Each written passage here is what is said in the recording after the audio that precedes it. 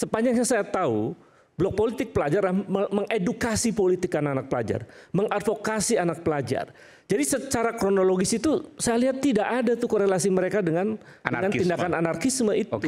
Dalam perspektif demokrasi, dan kita bisa banyak baca di sejumlah jurnal ya, bahkan buku-buku yang sangat kredibel tentang demokrasi. Di antara ciri negara demokrasi adalah membuka ruang partisipasi publik. Nah, demonstrasi itu adalah ruang partisipasi publik yang dijamin oleh konstitusi kita.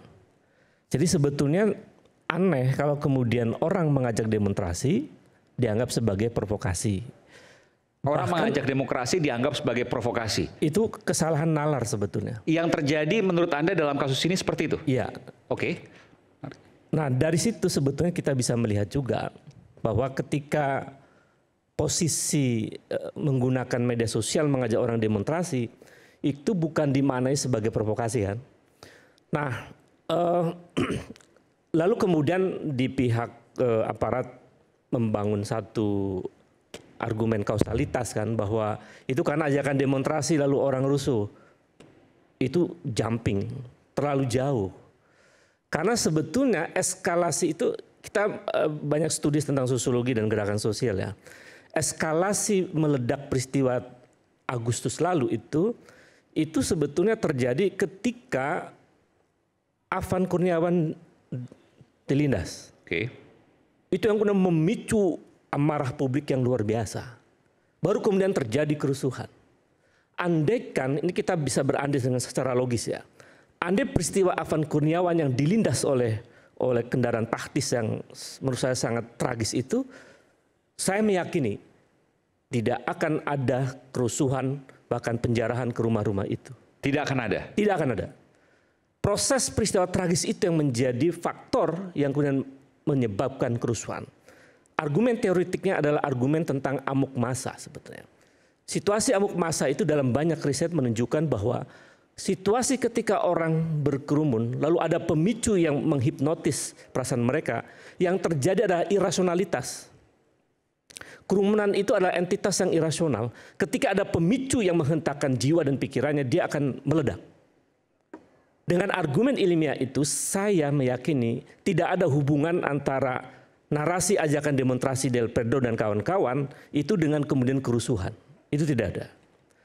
Nah, kemudian saya tahu mempelajari media sosial ya, sejauh mana sebuah media sosial itu kemudian memberikan pengaruh kepada orang, lalu kemudian orang itu melakukan tindakan. Instagram Blok Politik Pelajar, kemudian Instagram Gejayan memanggil, itu tidak ada korelasinya dengan orang melakukan tindakan kerusuhan. Karena mereka sepanjang bertahun-tahun itu yang diajak adalah bagaimana memperjuangkan hak asasi manusia, bagaimana memperjuangkan demokrasi, bagaimana memperjuangkan keadilan.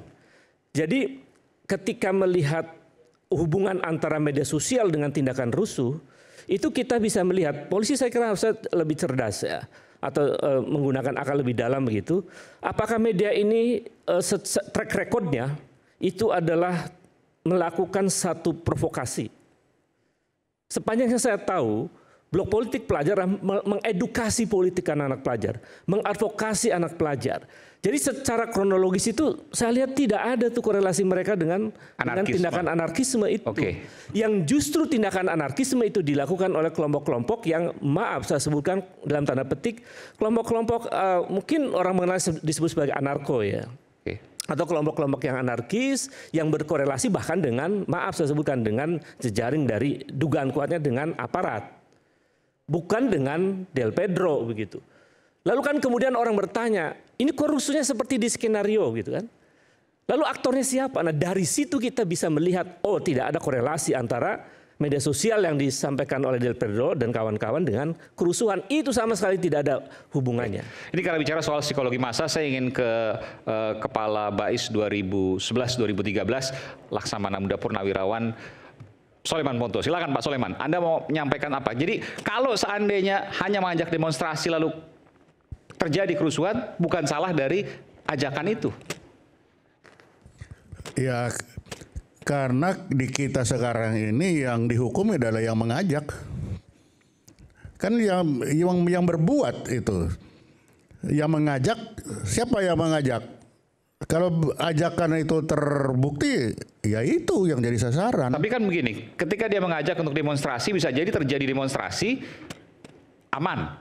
Ketika dia mengajak demonstrasi, bisa jadi terjadi demonstrasi yang rusuh. Karena tadi misalnya ada insiden Afan Kurniawan. Kan beda-beda. Ya bisa Bukan saja. karena ajakannya, ini logika sederhana. Ya nanti kan di pengadilan baru akan diikutin apa masing-masing siapa berbuat apa di pengadilan kan bisa didalami nanti di situ. Ya ini perang bagaimana dari jaksa dan si advokatnya. Oke.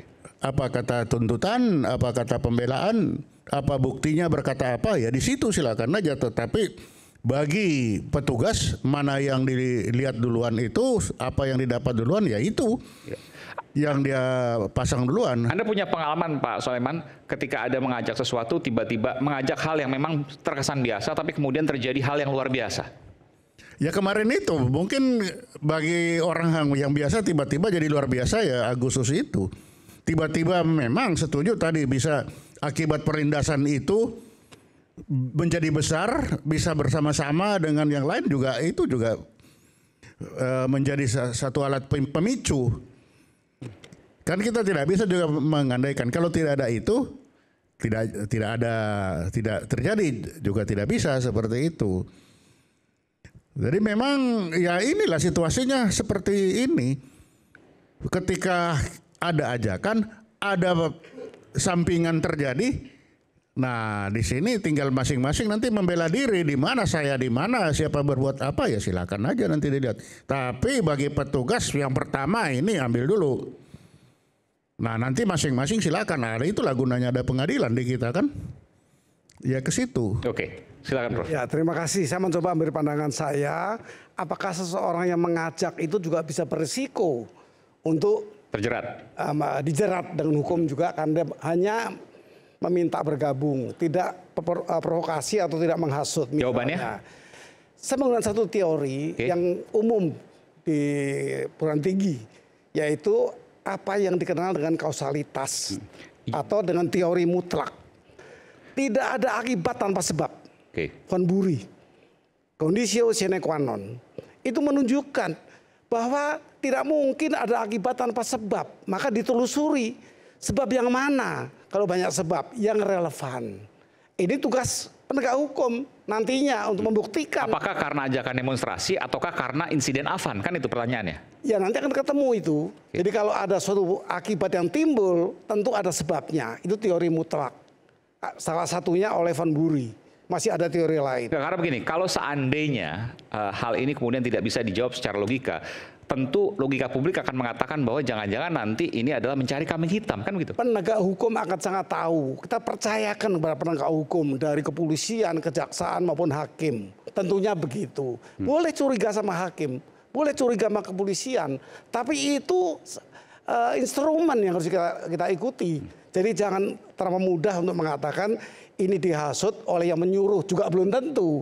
Tetapi nanti yang relevan ditemukan oleh penegak hukum itu barulah akan menjadikan satu putusan tergantung relevansi yang menjadi penyebab. Oke. Bang, boleh? Oke, silakan tambahin dulu. Iya. Atau nanti sebentar, Bung Stu, sebentar. Nyambung gini nih. Oh, menyambung, oke, silakan. Ini ya. Jadi ada 3 kata kunci dari tadi kita ngobrol-ngobrol ya. 1, berwenang dan prosedural ya. 2, apes atau sial ya. 3, proses yang tidak lengkap. Ini saya mau katakan ya. Jadi begini loh. Yang pertama dulu, yang pertama tadi? Tadi berwenang dan prosedural. Oke. Dalam demo 25 sampai tanggal 1 katakan September, ya, 1 September. Itu kan memang ada peristiwa pembakaran ya. Ada pengrusakan. Ini disebut peristiwa pidana ya. Kemudian yang merusak diduga adalah warga sipil ya. Tentu polisi harus menjalankan tugasnya. Maka siapa yang berwenang untuk mengungkap terjadinya tindak pidana ya polisi dong. ya, polisi. Kemudian polisi harus menggunakan prosedur-prosedur. Tadi sudah dibahas nih. Jadi polisi melakukan tindakan ini karena memang tugas tanggung jawab konstitusi. Kalau ada keberatan segala macam, ada proses pra-peradilan dan perkaranya. Yang kedua, ya, apes, bencana atau sial yang saya mau tujukan kepada sebetulnya Del Predo dan kawan-kawan. Kenapa? Kita lihat ya, kita sudah sering mengalami demo, unjuk rasa, juga keras-kerasan, dorong-dorongan, lempar batu. Ada yang ditangkap nggak? Di proses nggak ada. Atau jarang lah gitu. Jarang. Begitu ditangkap juga dipulangin.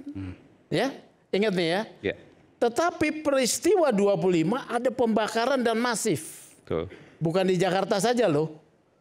Di Jawa Tengah, ya, di Yogyakarta, kantor polisi juga dibakar ya, Polda bahkan. Kemudian Polres Jakarta Timur dibakar. Kemudian di Brebes kantor DPRD dibakar. Di mana? Di Ujung Pandang, di Bandung. Lihat, ini ada peristiwa.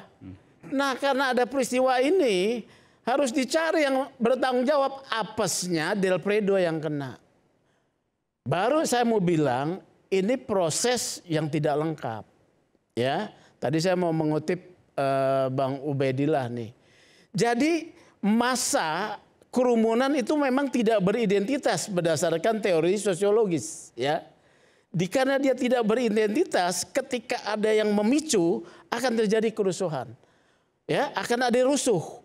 Ini ternyata benar, teori ini terjadi. Siapa?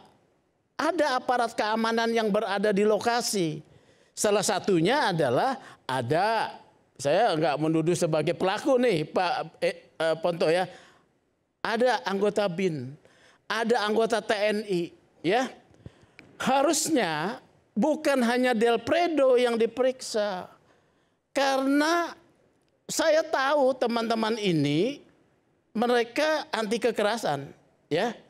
Harus diperiksa secara lengkap. Ini yang tidak diperiksa secara lengkap. Tapi waktu itu kan ada videonya Pak Soleman yang waktu anggota Pak Bais waktu itu ya. Iya, harus diperiksa. Ini juga harus diperiksa mengapa terjadi kerusuhan tersebut. Ada video, maksud saya ada video bantahannya terkait hal itu. Pak Soleman bisa sampaikan. Nggak ada soal. Jadi begini loh ya. Bantahan itu kan di ruang publik. Proses pemeriksaan pidana itu material. Material itu membedah semua keterangan fakta dan tidak bisa dilewatkan, tidak diminta keterangan. Ini yang tidak lengkap. Tetapi karena aparat tersebut adalah aparat yang di luar kewenangan polisi, mendapatkan kehambatan atau gap prosedural, ya. Maka semua harus diperiksa. Harusnya semua diperiksa. Begitu loh ya, termasuk yang ada di lokasi misalnya TNI gitu. Pak Soleman bisa tambahkan soal itu? Iya, sekarang yang memeriksa kan siapa? Itu pasti harus TNI dan sipil, itu harus ada koneksitas. Nah, kan itu di situ. Masalahnya koneksitasnya sama MA sudah dibilang kalau yang ambil dari kemarin itu KPK ya KPK, kalau dari militer. Jadi koneksitas sendiri sudah dibatasi. Tindak pidana korupsi ya kali Pak. Iya korupsi. Nanti korupsi kan jadi sama nanti dengan ini. Tidak dong. Kalau ini kan tindak pidana umum ya.